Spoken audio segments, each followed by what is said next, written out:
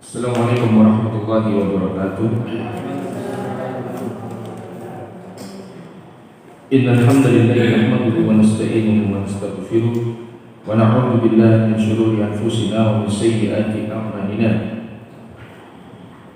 Man yahdihillahu fala mudilla lahu wa man yudlil fala hadiya lahu. Asyhadu an la ilaha illallah wahdahu la syarika lahu wa asyhadu anna Muhammadan 'abduhu wa rasuluhu la nabiyya wa la rasula ba'dahu.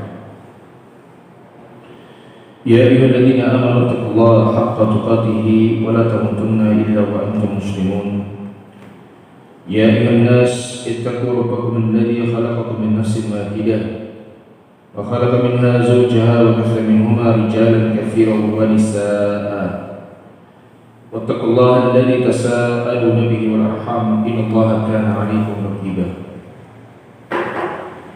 يا أيها الذين آمنوا اتقوا الله وقولوا قولا سديدا يصلح لكم أعمالكم ويغفر لكم ذنوبكم ومن يطع الله ورسوله فقد فاز فوزا عظيما أما بعد فإن أصدق الحديث كلام الله وخير الهدي هدي محمد صلى الله عليه وسلم وشر الأمور محدثاتها فإن كل محدثة بدعة وكل بدعة ضلالة وكل ضلالة في النار. Masyaallah muslimin wal muslimat yang semoga rahmatullah subhanahu wa ta'ala. Kita melanjutkan pembahasan dari kitab Syarah Al-Usul Al-Thalatha yang ditulis oleh Syekh Muhammad bin Shalih Al-Utsaimin, yang dimana kitab Al-Usul Al-Thalatha telah sendiri ditulis oleh Syekh Muhammad bin Abdul Wahhab rahimahullah ta'ala. Kemudian kita membaca penjelasannya, syarahnya. Syarah itu artinya penjelasan yang dijelaskan oleh Syekh Muhammad bin Shalih Al-Utsaimin rahimahullah ta'ala. Pada pertemuan terakhir kita berhenti pada poin yaitu tentang 3 masalah yang wajib dipelajari setelah seseorang dia berilmu. Itu yang untuk yang pertama. Kemudian yang kedua dia beramal, ya. Kemudian yang ketiga yaitu berdakwah, dan sekarang masuk pada poin yang keempat. Maaf, bukan 3, yaitu apa? 4 masalah yang hendaknya kita mempelajarinya. 4 masalah yang hendaknya kita benar-benar memperhatikannya. 4 masalah yang hendaknya kita berusaha untuk mempraktikkannya di dalam kehidupan kita. Apa yang ketiga yaitu yang keempat, yaitu kata Syekh Muhammad bin Abdul Wahhab rahimahullah ta'ala, beliau mengatakan Ar-rabi'atu as-sabru 'ala al-'adha fihi. Setelah kita berilmu, kemudian kita beramal, yang mempraktikkan apa yang kita pelajari, kemudian kita mendakwakannya, maka yang keempat yaitu apa?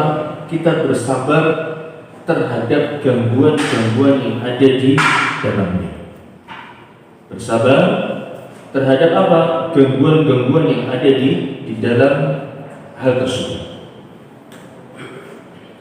Sabar dalam bahasa Arab itu berasal dari kata-kata sobron. Sabar itu apa? Sobron. Ya, bahasa Arabnya apa? Sobron. Ya. Fasbir sobron jamila. Bersabarlah dengan sabar yang baik. Ya. Apa arti sabar secara bahasa?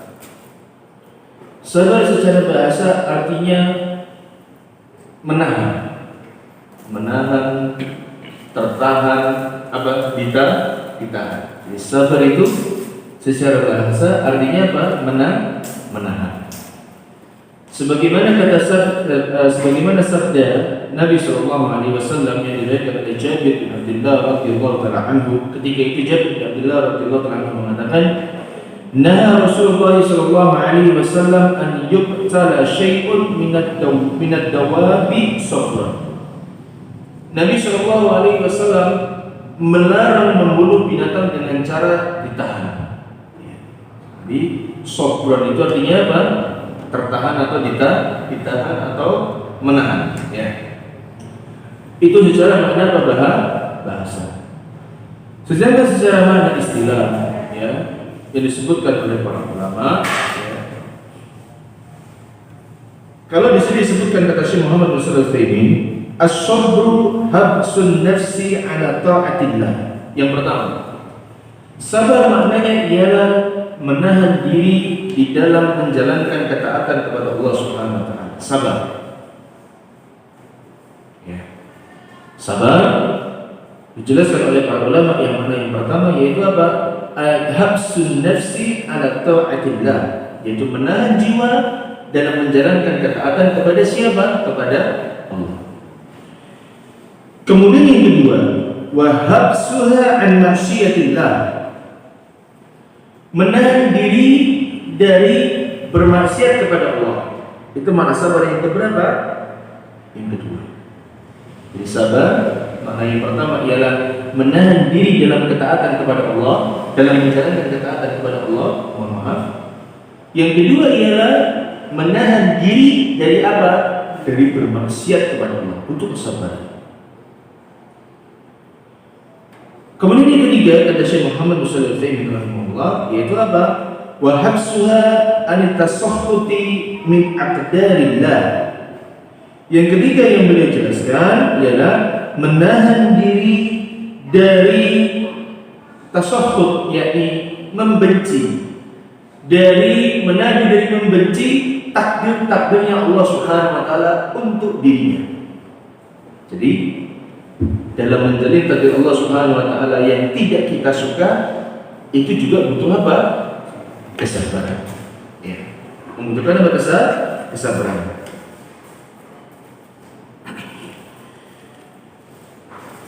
Kemudian kata Syekh disebutkan, fayahbisun nafsa an tasakhuti wa tadajjuri wal malal wa yakunu daiman nashitan fi da'wati ila dinillahi wa in udhiya li'anna adiyat ad-da'ina ila khairi min tabi'atil bashar illa man hadallahu. Kata beliau rahimahullah mengatakan begini, hendaknya seseorang itu dia menahan dirinya dari apa? Tasakhut, tidak senang dengan apa? Dengan takdirnya Allah Subhanahu wa taala. Kemudian dia menahan dirinya dari apa? Wa tadajjur wal malal, dari keluh kesah dan bosan. Karena kalau ibadah itu terkadang apa? Bersemangat, terkadang apa? Bosan. Jiwa kan begitu, Pak. Jadi jiwa itu kalau menghadapi takdirnya Allah yang tidak enak menurut dia ya. Takdir Allah ada yang nggak enak nggak? Semuanya enak. Dalam artian seluruh takdir Allah itu apa? Baik. Cuma dilihat dari tabiatnya, dilihat dari apa hasilnya, dari sisi manusia, takdir Allah itu mungkin ada yang tidak disuka oleh siapa? Manusia. Itu butuh kesabaran. Kemudian seorang itu dia menahan dirinya dari apa? Dari keluh kesah di dalam menjadi takdirnya Allah. Tidak boleh dia berkeluh kesah menjadi takdir Allah Subhanahu wa taala. Ya. Kemudian dia menjalani ya, atau menahan dirinya dari apa? Dari bosan untuk mendakwahkan manusia. Tidak boleh bosan mendakwai manusia. Ya, mendakwah manusia tidak boleh bosan. Beribadah juga apa? Tidak boleh apa? Bosan.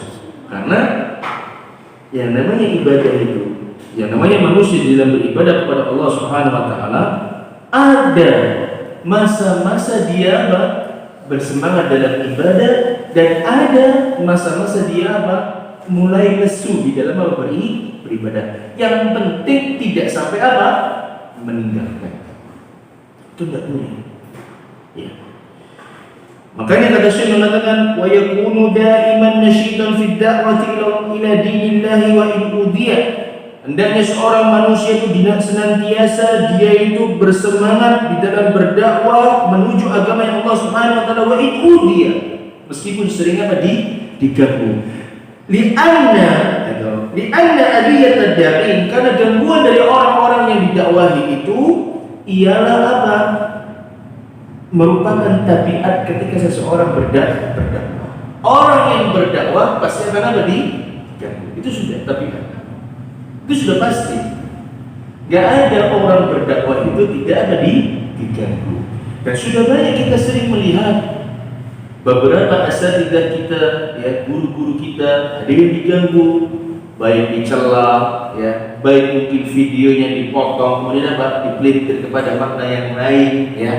baik mungkin diganggu secara verbal, mungkin dipukul, mungkin apa lagi, itu yang lain, ya. Karena itu merupakan tabiat orang yang berdakwah. Jadi orang yang tabiatnya dia itu, yang dia mendakwakan ke jalan Allah Subhanahu Wa Taala itu pasti akan apa diganggu, kecuali orang-orang yang diberikan petunjuk Allah Subhanahu Wa Taala, maka dia tidak akan mengganggu. Sebagaimana firman Allah Subhanahu Wa Taala dalam surat Al-An'am ayat yang ke-34, ya, kata Allah Taala berfirman, وَلَقَدْ كُذِّبَتْ رُسُلٌ مِّن قَبْلِكَ فَصَبَرُوا عَلَى مَا كُذِّبُوا وَأُوذُوا حَتَّى أَتَاهُمْ نَصْرُنَا. Lihat, Pak. Di dalam ayat ini Allah menerangkan bahwasanya kata Allah Taala berfirman, dan sungguh para rasul yang terdahulu itu didustakan,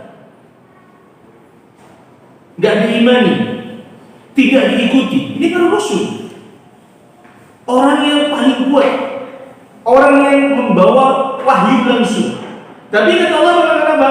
Walaqad kudzibat rusulun, dan sungguh rasul-rasul yang terdahulu itu pernah didustakan. Fasabaru ala ma kudzibu wa udu. Fasabaru ala ma kudzibu wa udu. Akan Nabi apa yang menyebutkan? Fasabaru, mereka bersabar, ala ma kudzibu, atas apa yang mereka lakukan, yaitu mereka mendustai para rasul, dan mereka bersabar pula atas apa? Wa udu, atas gangguan-gangguan yang mereka berikan kepada para rasul. Nabi Shallallahu Alaihi Wasallam adalah orang yang bersabar. Sebagaimana Nabi Shallallahu Alaihi Wasallam ketika berdakwah di kota Taif, ya. Ketika Nabi Shallallahu Alaihi Wasallam berdakwah di kota Taif, Nabi SAW disiksa. Dalam artian dia bakal ditolak dakwah beliau, dilempari, ya. Tapi apa yang Nabi katakan? Sampai para malaikat itu mengatakan kepada Nabi SAW, malaikat penjaga gunung, wahai Rasulullah, wahai Muhammad, aku diperintahkan Allah Subhanahu Wa Taala untuk taat kepada siapa? Kepada dirimu. Perintahkan kepada diriku apa? Akan aku balikkan gunung ini kepada mereka. Tapi apa yang dilakukan Nabi SAW mengatakan enggak. Bahkan Nabi berdoa kepada Allah Subhanahu Wa Taala, Allahumma ighfir li qaumi fa innahum la ya'lamun. Ya Allah, ampunilah kaumku. Kenapa? Karena sesungguhnya mereka sedang tidak mengetahui. Maka tabiat orang-orang yang berdakwah itu pasti akan ada diganggu. Itu sudah tabiat, ya. Nah, tadi disebutkan, kemudian disebutkan di ayat ini, maaf, kata Allah berfirman di akhir ayat, hatta atahum nasruna, dan mereka bersabar sampai apa? Sampai datangnya pertolongan. Agama Allah itu pasti akan ditolong. Sebagaimanapun, sekeras apapun dia dihinakan, sekeras apapun dia dipojokkan, sekeras apapun mereka membuat makar, sepandai apapun mereka menipu umat Islam, agama Allah Subhanahu Wa Taala pasti akan ada ditolong. Itu sudah janji Allah Subhanahu Wa Taala. Ya. Allah Subhanahu Wa Taala pasti akan memenangkan apa? Kaum muslimin. Itu sudah pasti janji Allah. Kita cuma diminta apa? Sabar, sambil berdakwah tetap. Ya. Kemudian kita sih mengatakan, wa kullama qawiyatin adiyatu qurban nasru wa laysa an-nasru mukhtassan bi an yansura al-insana fi hayatihi wa yara athara da'watihi qad tahaqqaqa, bal an-nasru yakunu walau ba'da mawtihi bi an yaj'ala Allahu fi qulubil khalqi qabulan lamma da'a ilayhi wa akhdan bihi wa tamassukan bihi. Yang namanya berdakwah itu, Bu, ya, kata beliau mengatakan, ketika kita berdakwah kepada Allah Subhanahu Wa Taala, semakin kuat gangguannya, maka akan semakin kuat apa? Atau semakin dekat apa? Pertolongan. Dan yang namanya pertolongan itu, kata saya di sini mengatakan bahwasanya yang namanya pertolongan itu tidak harus ada ketika dia masih apa? Hidup. Tidak harus, Pak. Oh, dakwah kita berhasil itu belum tentu ketika masih ada hidup. Oh, kita melihat banyak orang berbondong-bondong. Enggak, itu tidak harus seperti itu. Terkadang dakwah itu berhasil setelah apa? Bahkan setelah kita mati, kita baru bisa memperoleh apa? Hasilnya. Dengan apa misalnya? Dengan diterimanya dakwah ini di mana? Di sisi kehidupan mereka. Misalkan ketika kita sudah mati, lalu dia orang yang kita dakwah ini belum pernah mengganggu kita. lalu dia melewati kejadian atau melewati hal sesuatu yang dimana dia ketika melewati sesuatu lalu dia teringat dengan nasihat kita. Oh betul, ternyata fulan ketika menasihati saya itu dia nggak salah, sekarang kejadian sama saya. Akhirnya apa? Dia kembali kepada Al-Quran dan Sunnah. Jadi dakwah itu berhasil atau tidaknya tidak dilihat ketika apa? Masih hidup. Terkadang berhasil ketika sudah kita mati. Ya. Makanya kata Syekh mengatakan, walaysa an-nasru mukhtassan bi an yansura al-insanu fi hayatihi wa yara athar da'watihi. Bukanlah ya hasil ya atau keberhasilan dalam berdakwah itu hanya dikhususkan ketika apa kita bisa masih hidup dan melihat jejak. Oh, Masya Allah, tidak hanya itu. Akan tetapi terkadang Allah Subhanahu Wa Taala menjadikan keberhasilan dalam berdakwah itu ketika kapan? Sesudah diwafatkan Allah Subhanahu Wa Taala. Banyak orang-orang yang dahulunya mungkin tidak pernah belajar Al-Quran dan Sunnah, didakwahi ayah ibundanya untuk belajar tidak mau. Tapi ketika bapak ibunya sudah mati, dia kemudian apa? Taubat. Ada nggak semikian? Ada. Saya pernah mendapati seorang ikhwan. Subhanallah. Sebelum bapak ibunya mati, cuat pak. Laki-laki sudah dewasa, belum menikah, ya, apa-apa masih diurus sama ibunya. Saya mendapati seorang ini, apa-apa masih diurus sama ibunya. Bangun subuh dibangunkan ibunya, sudah dewasa, lebih tua daripada lebih besar daripada saya. Kemudian masak pun masih apa? Dimasakkan. Mungkin karena masih hujan ya, dan masih tinggal sama orang tua. Kemudian bulanannya pun masih dijatah sama siapa? Orang tuanya. Nggak ngerti dia. Tapi ketika bapak ibunya sudah mati, dia sekarang sudah belajar. Dia ngerti kesalahan dia di mana. Sampai suatu saat dia pernah datang sama-sama nangis-nangis. Saya menyesal dulu, tidak pernah berbakti sama ibu, tidak pernah ngasih uang sama ibu, tidak pernah bekerja untuk ibu. Bahkan saya pun tidak pernah bisa menyetir untuk siapa? Untuk bapak saya sendiri. Dia punya mobil tapi tidak bisa nyetir untuk bapaknya sendiri. Tidak pernah. Bahkan kalau kemana-mana dia bilang sama saya kalau kemana-mana diantar bapak saya dengan mobil, kalau saya nggak bisa, kalau motor saya nggak bisa jalan, diantar mobil sama bapak saya. Tapi saya pribadi nggak pernah pak nyetir untuk siapa? Untuk bapak saya sendiri. Tapi bapak saya bilang, ayo belajar mobil, ayo ikut kajian, tapi tidak pernah mau. Dan dia sadar ketika kapan? Setelah wafatnya bapaknya. Jadi kemenangan atau keberhasilan di dalam dakwah itu tidak selalu kita lihat di dalam apa? Saat kita masih hidup. Jangan tergesa-gesa. Problemnya orang berdakwah di masa sekarang ialah apa? Tergesa-gesa menuai apa? Hasil. Sedangkan dia belum menempuh seluruh jalan. Belum ditempuh seluruh jalan, pengen apa? Berhasil. Oh, Ustaz, aku gini, dakwah orang tua pun tidak diterima. Sedangkan itu temanku, dakwah bapaknya langsung diterima. Ya beda. Orang tuamu dengan orang tuanya mereka juga berbeda. Pemahaman orang tuamu dengan orang tuanya mereka juga berbeda. Kemampuan berpikirnya orang tuamu dengan orang tua mereka pun juga berbeda, jangan disamakan. Ya. Maka dari itu di dalam berdakwah itu membutuhkan apa? Kesabaran. Tadi kan disebutkan yang namanya sabar itu ada berapa? Ada 3. Yang pertama itu apa? Bersabar di dalam apa? Menjalankan ketaatan kepada Allah Subhanahu Wa Taala. Ini harus. Menjalankan ketaatan itu butuh apa? Kesabaran. Berat Pak. Menjaga sholat sunnah rawatib 12 rakaat sebelum dan sesudah yang mengiringi sholat apa? Sholat wajib. Rutin itu berat Pak. Iya benar. Iya. Terkadang hari ini kita bisa sholat sunnah rawatib qobliyah subuh, besoknya belum tentu. Kenapa? Ternyata bangunnya ngepres. Telat bangun, terutama yang muda-muda gitu. Ya. Kalau yang sudah sepuh-sepuh itu biasanya sudah tidak mikir dunia. Mikirnya apa? Gak bisa tidur. Mikirnya apa? Kehidupan setelah kematian. Ya. Untuk kesadaran itu baru yang sunnah. Ya. Belum yang wajib. Maka dari itu, di dalam sebuah ayat, di dalam surat Toha, Di situ tidak ada ya. Saya berikan ini. Di dalam surat Toha ayat yang ke-132. Di dalam surat Toha ayat yang berapa, Bu? Ayat yang ke-130. Kata Allah Ta'ala berfirman, wa'mur ahlaka bis-sholati wastabir 'alaiha. Kata Allah berfirman, dan perintahkanlah keluarga untuk menegakkan apa? Salat, wastabir 'alaiha, dan bersabar di dalam memerintahkan. Nyuruh anak salat rewel enggak, Bu? Ibu-ibu yang pengalaman rewel enggak, Bu, dulu? Oh, berat bukan main. Nyuruh anak yang mungkin dulunya tidak pernah sholat itu bagaikan seperti nyuruh anak-anak kecil yang belum mengerti apa-apa diajari apa? Satu persatu perintah. Rewel ini bukan main.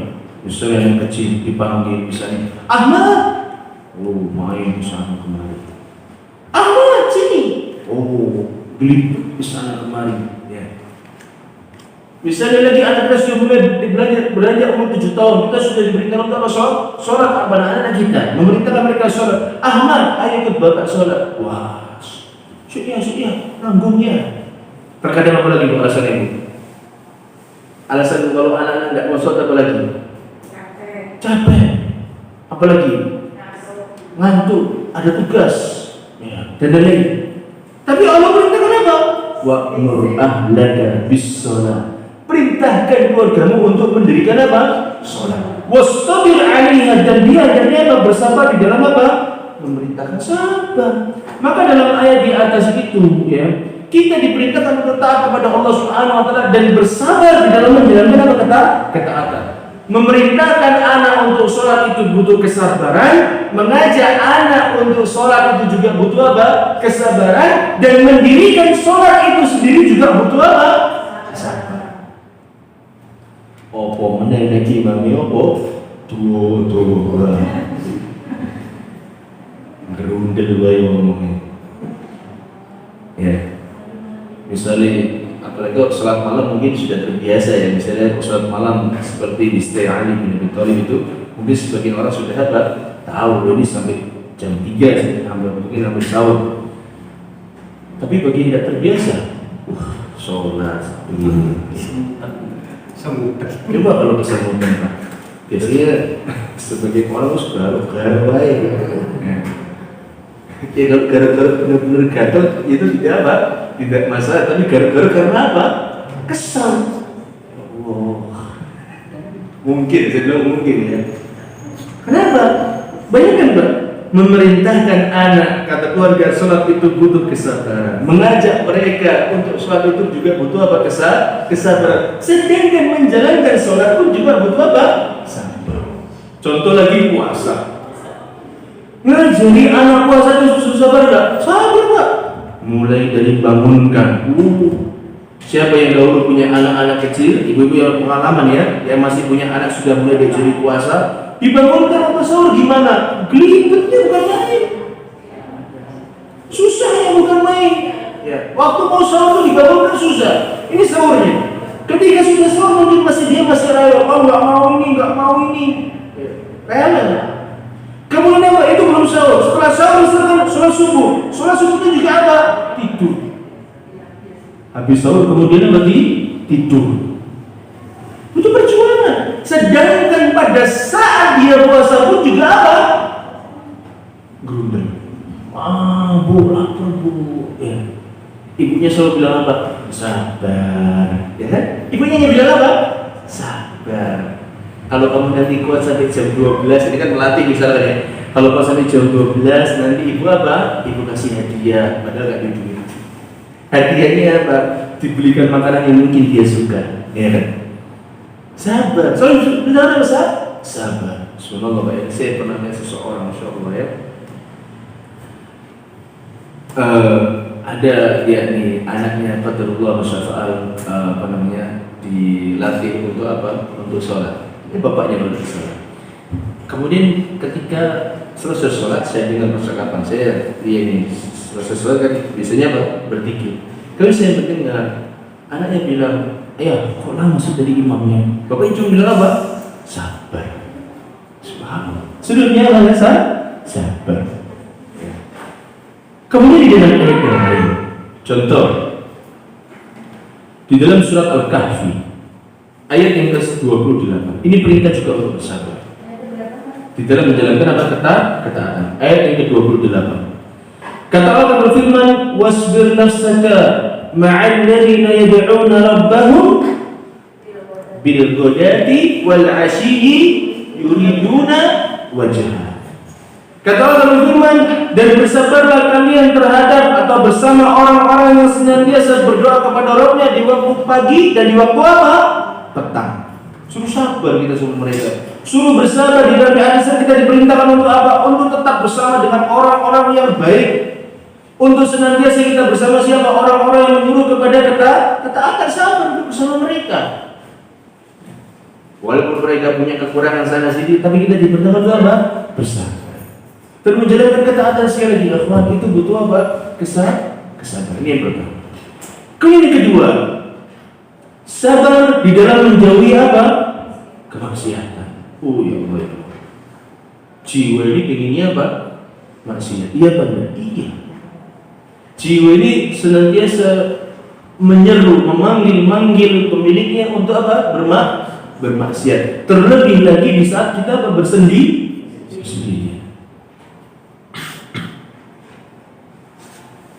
Mungkin kalau kita bersama dengan kawan-kawan kita di dalam majelis, kita malu untuk apa? Bermaksiat. Mungkin kalau kita bersama dengan keluarga kita malu untuk apa? Bermaksiat. Tapi kalau sudah sendiri, godaannya besar. Makanya tidak ada yang bisa meninggalkan kemaksiatan di tatkala sendiri kecuali orang-orang yang jujur keimanannya. Tidak ada yang bisa meninggalkan kemaksiatan di tatkala sendiri kecuali adalah orang-orang yang jujur keimanannya. Sebagian salaf rahimahumullah mereka mengatakan, a'malul birri yaf'aluha al-birru wal fajir. Kata sebagian salaf rahimahullah mereka mengatakan apa? Amal bir, amalan-amalan solih, amalan-amalan ketaatan itu bisa dilakukan oleh orang-orang yang betul-betul baik dan orang-orang yang fajir, orang-orang yang jahat. Bisa. Orang-orang jahat itu bisa berkamuflase atau tidak? Bisa. Pura-pura baik. Bisa. Walakin, kata beliau sebagian rahimahullah mengatakan, wala yaqdiru ala tarkil ma'asi illa siddiqun. Dan tidak bisa ada yang mampu meninggalkan kemaksiatan kecuali orang-orang apa? Yang jujur kemaksiatan atau jujur apa? Keimanan. Gak bisa.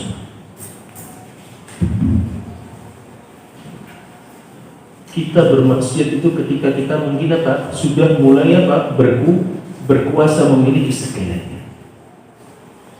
Kita sudah bisa beli ini, bisa beli itu, bisa nyewa ini, bisa nyewa itu. Maka apa? Kita semakin mudah untuk apa? Bermaksiat. Tapi kita tidak mungkin meninggalkan kemaksiatan tersebut kecuali apa? Kecuali iman kita benar. Maaf, banyak sekali Pak, kakak kami, ada kakak dari kawan kami, dia pernah bercerita kalau dia dinas luar kota bersama dengan kawan-kawannya, dia begitu jauh dari istrinya, maka apa yang terjadi? Ya begitulah sesuai yang diinginkan oleh seorang lelaki pada umumnya. Tidak perlu diceritakan bagaimana keinginannya. Kalau dia misalkan kumpul sama kawan-kawannya di mana? Di sebuah kafe, dia begitu minum, Tapi ketika sendiri lebih bahaya lagi. Coba lihat Pak, Nabi Yusuf alaihissalam yang ketika itu digoda oleh siapa? Seorang, siapa namanya? Baik. Nabi Yusuf jauh dari kampungnya apa tidak? Jauh. Nabi Yusuf digoda siapa? Orang kaya. Berada. Coba antum bayangkan, antum orang apa? Jauh dari kampung, digoda siapa? Putrinya apa? Atau misalnya digoda orang berada misalkan, kemudian dikunci pula kamarnya. Coba anda bayangkan, kuat gak iman antum? Nabi Yusuf sampai seperti ini. Berat gak cobaannya? Berat. Meninggalkan kemaksiatan, jauh dari kampung. Kenapa wajah dari kampung digambarkan? Karena orang-orang yang kalau sudah jauh dari negerinya itu biasanya apa? Lebih mudah bermaksiat daripada dia di mana, di negerinya. Kalau di negerinya sendiri malu dia untuk bermaksiat. Kenapa? Karena mungkin mudah untuk diketahui orang. Ya, na'udzubillah, jangan sampai kita demikian. Tapi kalau sudah berada di luar kampungnya, berada di luar negerinya, dia gampang nggak bermaksiat? Gampang. Digoda dengan siapa, putri? Atau seorang apa? Seorang orang membesar di masa itu. Kemudian juga digoda dengan apa? Dikunci kamarnya. Selesai untuk kalau sedih. Kalau mungkin itu terjadi sama kita, na'udzubillah sampai demikian. Pak kita, Pak. Makanya nggak asing lagi di negeri ini. Wallahu ta'ala alam, ya. Nggak asing di negeri ini. Banyak sekali istri-istri pembesar di negeri ini yang punya apa? Punya berondong-berondong. Tahu berondong itu? Ibu tahu berondong nggak?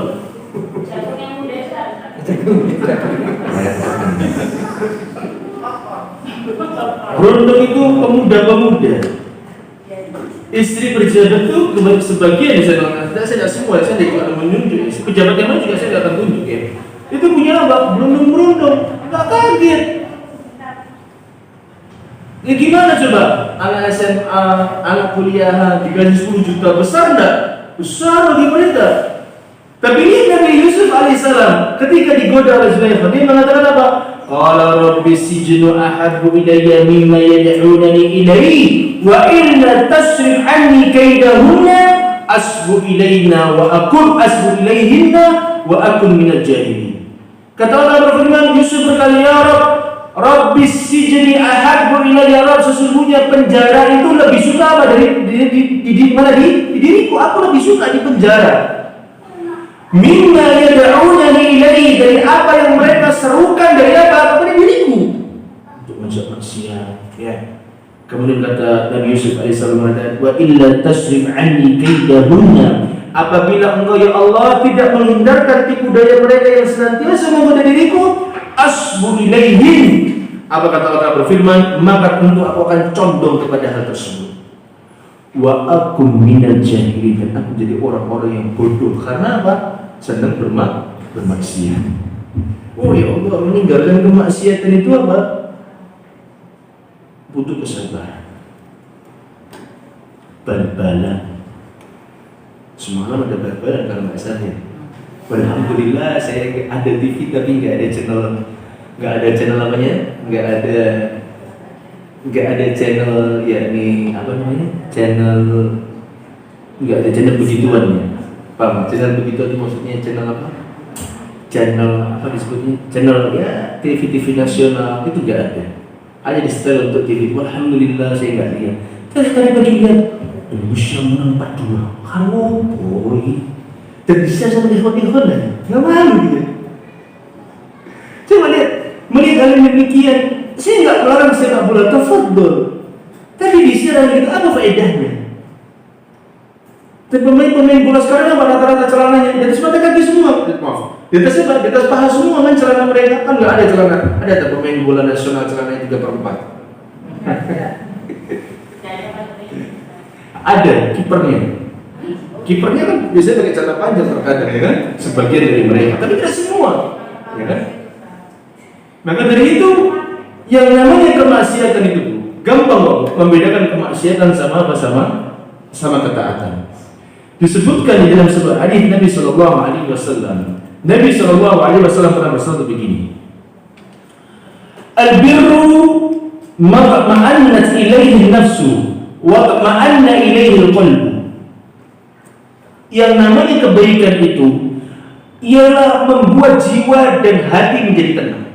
Ini, kalau yang namanya kebaikan itu pasti apa? Menimbulkan ketenangan di dalam apa? Hati dan juga jiwa.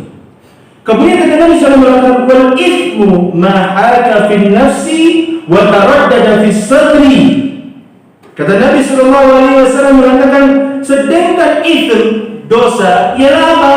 apa-apa saja yang mengganjal di hatimu dan membuat diri atau membuat dadamu berguncang.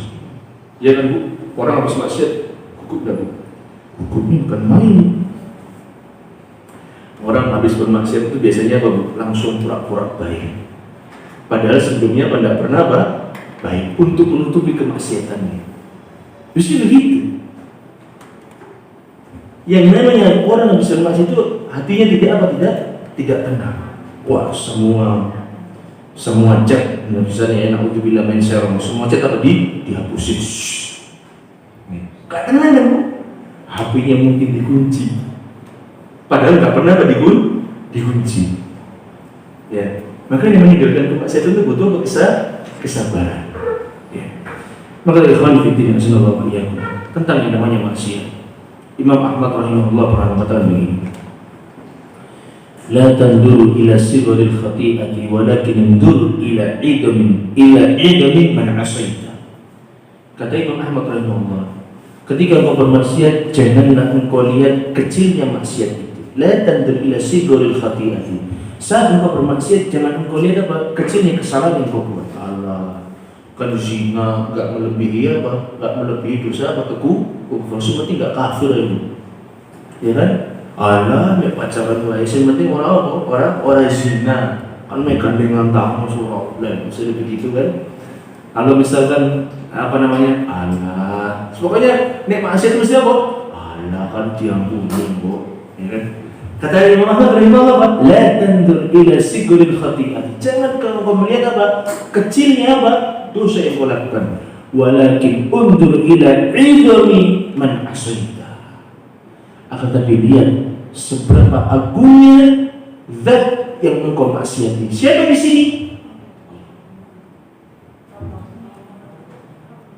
Akan tapi melihat siapa atau betapa agungnya zat yang engkau maksiati. Siapa? Allah. Bayangkan naudzubillah kalau kita dimaksiat, lalu maksiat terus mati, maksiat terus apa lumpuh, maksiat terus apa sakit. Ya jangan. Maksiat itu pasti mendatangkan apa? Bencana. Kata Allah berfirman, "Ma asabaka min musibatin fa bima kasabat aydikum." Apa-apa yang menimpa kalian dari apa? Dari musibah-musibah itu pasti disebabkan karena apa? Tangan-tangan kalian. Karena mungkin banyaknya dosa kita, sering saya sampaikan. Karena mungkin banyaknya dosa kita sehingga kita tidak tahu dosa yang mana yang menyebabkan kita kenapa musibah.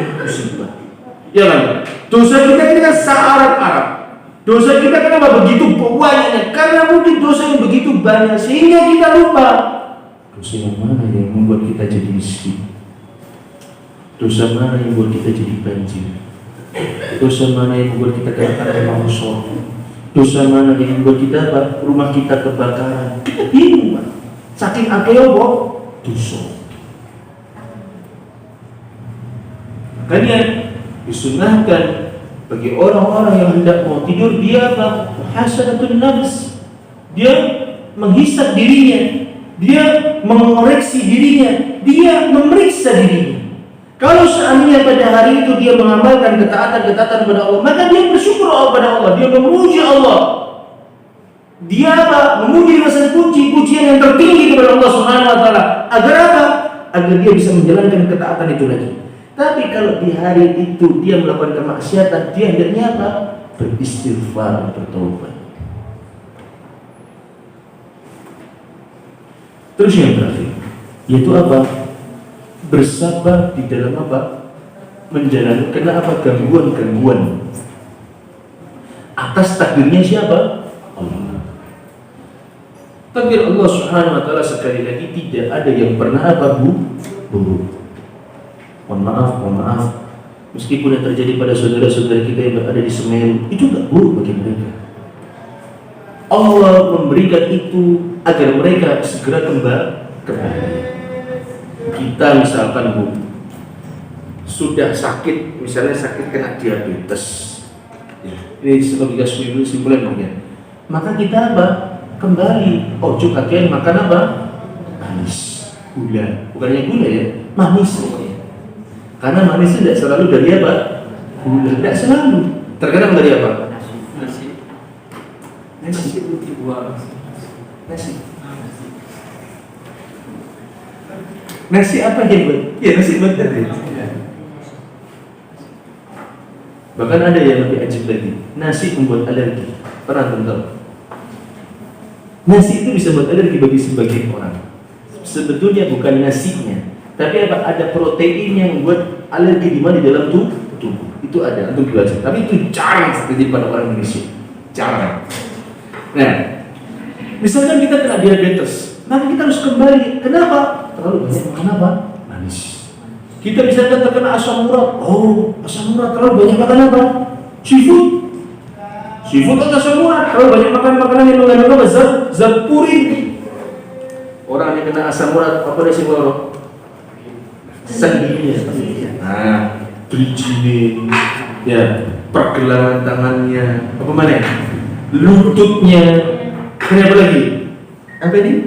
Ya, pergelangan kakinya. Besok jalan bahkan. Saya dulu pernah terkena asam urat, tapi alhamdulillah sembuh. Dokternya sampai kaget begini. Ketika saya periksa, saya kan, ya ini ketika itu dokter dulu sama Syafa Ali, di kaki ini kok nggak bisa jalan. Kan orang kena asam urat tuh Pak, kesenggol dikit tuh rasanya kemeng-kemeng ya Pak. Pengalaman nanti kok ketemu. Kalau mantu ini pengalaman. Jadi orang kalau kena asam urat itu apa? Kesenggol dikit langsung apa? Rasanya kan begitu. Padahal yang biasa aja. Terus saya bawa ke dokter ketika itu di puskesmas, saya periksa. Ternyata berapa asam urat saya bawa tahu? 12. Normalnya laki-laki itu berapa? 7. Kalau perempuan berapa? 6,5 atau 6, saya lupa. Kata dokternya begini, Bapak tidak pingsan? Enggak. Bapak kesini naik apa? Naik motor. Hebat. Orang kalau biasanya pada umumnya kalau 12 itu udah pingsan Pak. Bapak masih bisa selamat ya? Maksudnya masih bisa berjalan ke puskesmas.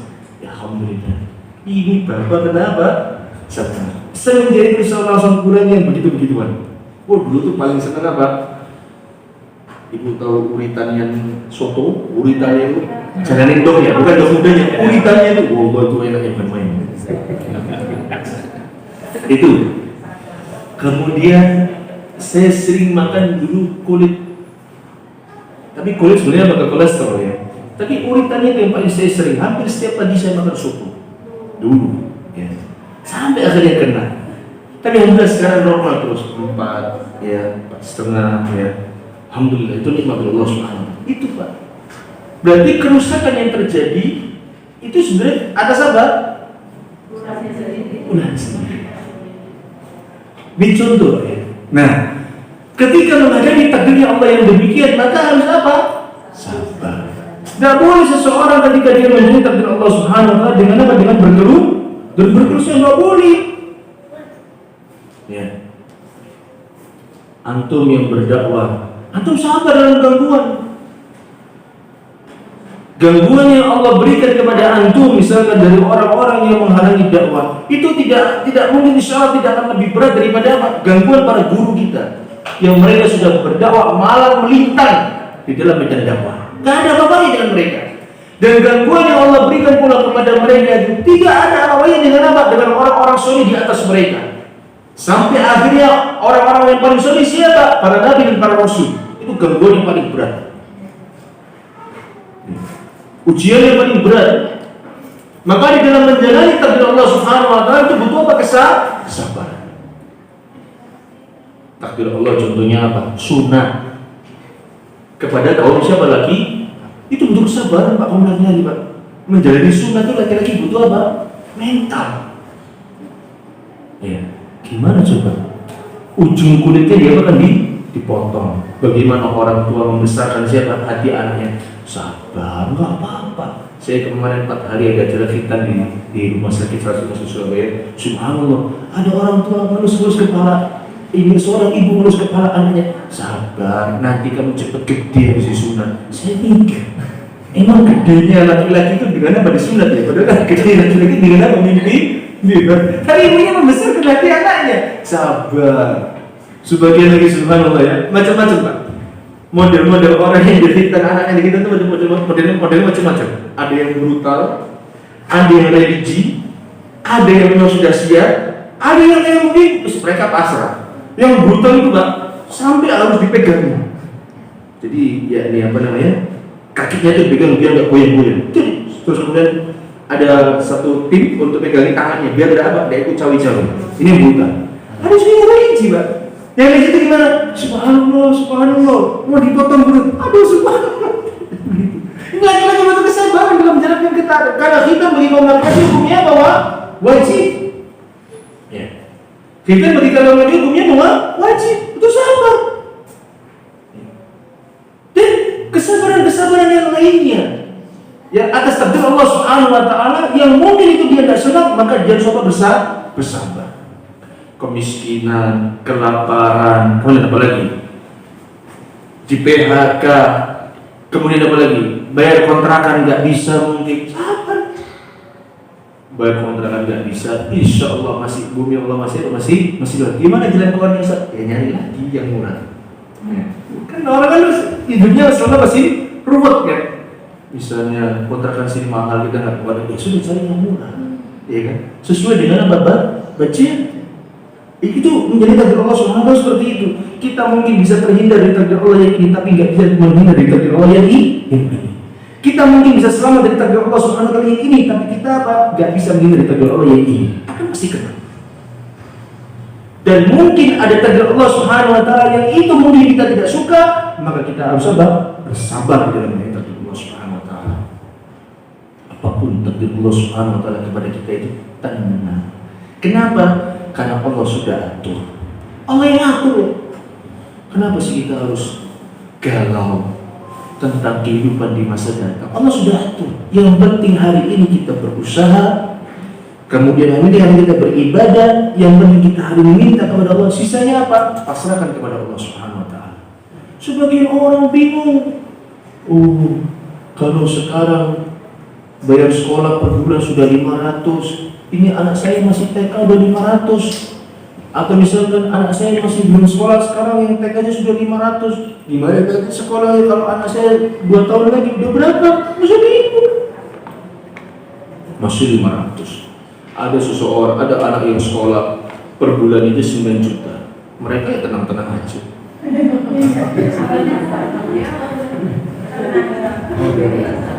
Mereka tenang-tenang aja. 9 juta. Iya loh. Pernah tahu gak? Sekolah 9 juta per bulan. Ada itu. Gak percaya gitu kan. Kalau di pondok kan mungkin mohon maaf ya, per 6 bulan ya kalau gak salah ya. Dan ini per bulan 9 juta. Kalikan berapa? 6. Berapa? 54 juta. Mereka tenang-tenang aja. Ya soalnya mereka punya duit Ustaz. Ya. Maka dari ikhwan fillah wal akhwat rahimakumullah, hendaknya kita apa? Kita itu dalam menjalankan takdir Allah Subhanahu wa taala itu butuh apa? Kesabaran. Jadi ya, di dalam berdakwah itu juga butuh kesabaran. Antum mendakwahi kewajiban, tapi ketika antum diganggu, ini takdir Allah, maka sabar. Dicela, sabar. Jangan dibalas. Untuk apa balas? Buang-buang waktu. Ya. Ngurusi orang-orang yang usil dengan dakwah antum. Ngapain? Selama antum di atas bimbingan para asatidzah, ya, para ulama di tempat kita, kemudian antum di atas hujah yang benar, ya, antum dicibir, dia benar aja. Habis mereka nanti. Apa yang kita harus perlu tanggapin komentar orang per orang? Lah, tetap antum berjalan. Ya. Dan juga dalam menjalani takdir Allah Subhanahu wa taala itu butuh hati yang lapang. Ya. Menjadi takdir Allah Subhanahu wa taala membutuhkan hati yang lapang. Ditakdirkan anak meninggal seperti kawan saya ini, ya. Ini sudah ditelepon ini. Seperti kawan saya ini, baru saja punya anak yang belum setahun, istrinya meninggal, qadarullah masyaallah. Anda bisa bayangkan? Orang tuanya semuanya jauh dari Surabaya, enggak di Surabaya berdua. Mereka di Surabaya berapa? Bertiga.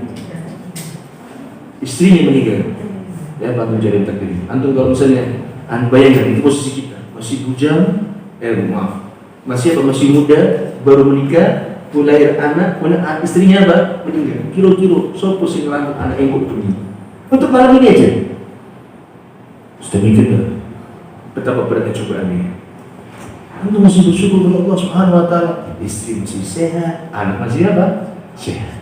Tapi antum nanti enggak tahu dari mana yang buat antum bersedih. Maka buat antum yang lapang. Saya nggak tahu ya, anak itu udah umur setahun atau berapa. Kalau setahun masih nyusu sama ibunya, saya mikir siapa yang nyusu ibu anak itu mana? Saya mikir lagi tadi, siapa yang nyusu anak kalau misalnya anak itu setahun? Berat coba. Makanya murid itu kalau kata sebagian ulama apa? Sawang sinawan. Antum kira kita ini paling berat, di situ ada yang lebih apa? Berat. Antum kira mereka paling enak, ternyata kita lebih apa? Lebih enak. Kan orang kan begitu. Kita ini selalu menganggap bahwasanya hidup kita lebih berat. Ternyata lah di luar dia lebih berat. Dan kita sering menganggap orang itu di luar hidupnya apa enak. Ternyata apa? Hidup kita jauh lebih enak. Saya pernah melihat seorang imam, masya Allah. Imam Mbak di salah satu masjid di Surabaya. Tangan kanannya sudah lumpuh. Imam cuma pakai tangan kiri toh. Tapi dia jadi imam. Diagungkan dengan apa? Hafalannya yang dia punya. Dia kalau turun rukuk itu dengan bertumpu dengan kaki apa ya ini tangan kiri top. Kalau kita lihat hidup dia apa? Kasihan. Tapi enggak. Dia mungkin bahagia dengan apa? Hafalan yang dia punya. Imam punya tangan satu, tangan kiri top. Saya tanya sama dia, "Aku naik motor ya apa?" Ya dipindah. Saya kalau beli motor bekas atau baru, gasnya saya pindah kemana? Kiri. Gimana nyetir di kiri itu kan nggak enak Pak ya. Apalagi cuma tangan apa? Satu. Tangan kanan toh aja nggak enak, apalagi tangan apa? Kiri. Terus gimana? Ya ini antum makan dengan tangan kiri. Saya bayangkan tangan kiri untuk makan, tangan kiri juga untuk membersihkan kotoran. Ya sudah takdir Allah untuk dia. Tapi dia bisa lewati yang itu dengan apa? Dengan berhasil. Terus. Jadi antum itu kita ini harus apa? Membesarkan dada kita atas takdir Allah Subhanahu wa taala. Bukan karena Nabi SAW mencintai mukmin yang kuat. Daripada mukmin apa yang lemah. Antum kita ini baru dihantam begini, kita sudah apa? Lemah. Kita sudah dipukul begini, kita sudah apa? Lemah. Itu bukan sikap seorang apa? Mukmin yang baik. Allah taala alam. Ini saya sampaikan pada pagi hari ini. Sekali saya mohon maaf ya, karena saya tidak bisa maksimal. Karena saya ada amanat untuk selesaikan. Kita pilih dengan doa kafaratul majlis. Insyaallah pertemuan ini ya, yang pada bab berdakwah atau bersabar atas gangguan itu kita belum menyelesaikan pembahasan dari Syekh ya. Penjelasan dari Syekh itu kita berakhir pada poin itu surat apa tadi? Surat Al-An'am ayat yang ke-34. Ya, hanya sampai situ ya. Bulan depan kita dilanjutkan melanjutkan dari pembahasan dari surat Al-An'am ayat yang ke-34. Kita pilih dengan doa kafaratul majlis. Subhanallah wa bihamdika asyhadu an la ilaha illa anta astaghfiruka wa atubu ilaika. Assalamualaikum warahmatullahi wabarakatuh.